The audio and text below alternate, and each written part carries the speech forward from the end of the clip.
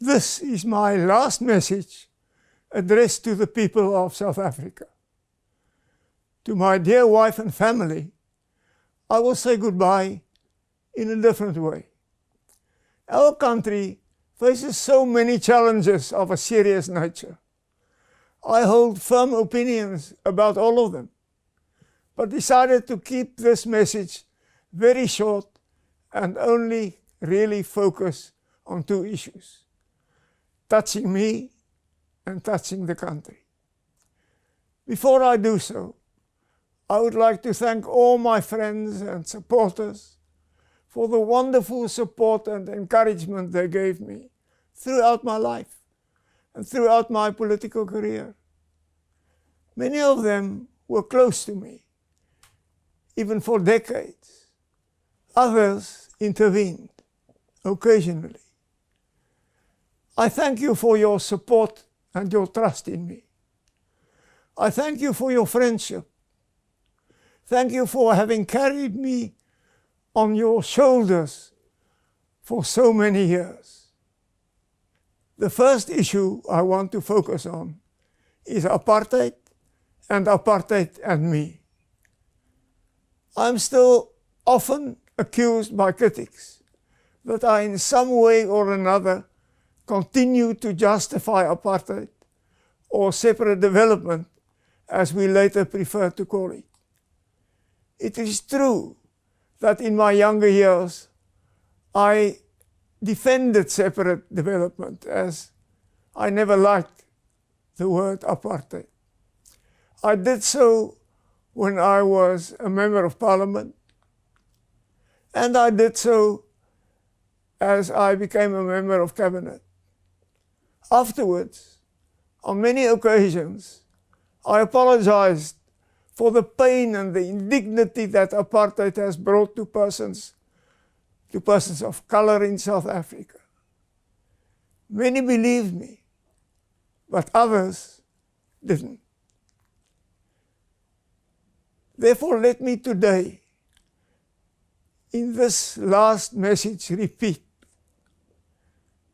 I, without qualification, apologize for the pain and the hurt and the indignity and the damage that apartheid has done to black, brown, and Indians in South Africa.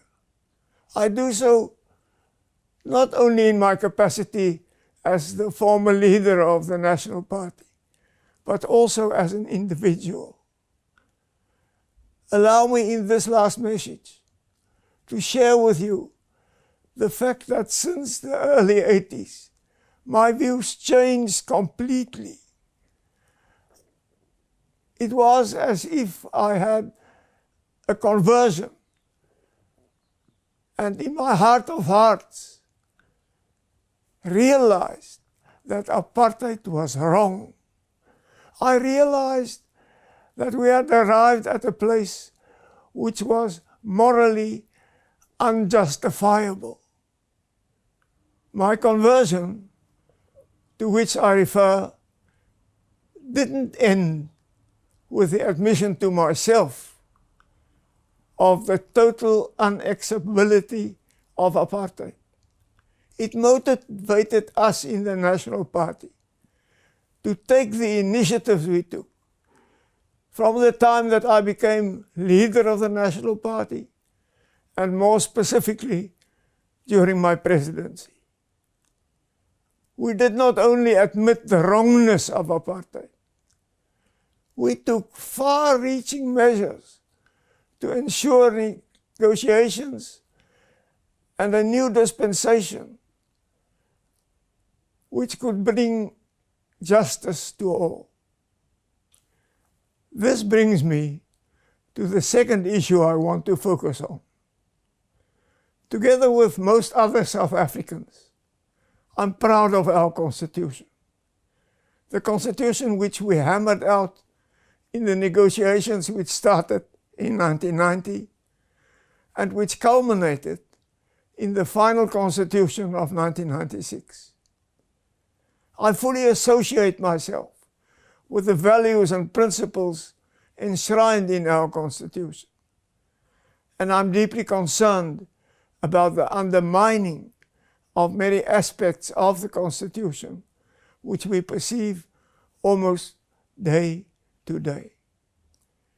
It is my plea that the government, all parties, civil society, and all South Africans should once again embrace the Constitution and interpret it in the balanced way which the Constitution demands.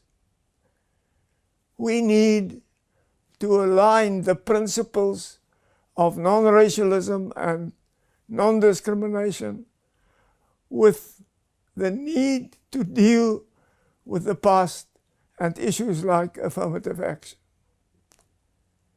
We need to guard over the independence and the impartiality of our courts.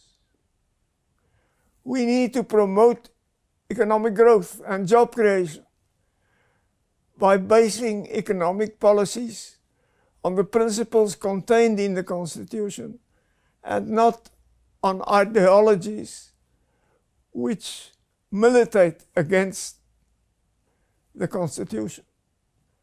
We need to make the Constitution the cornerstone of the new society we are building.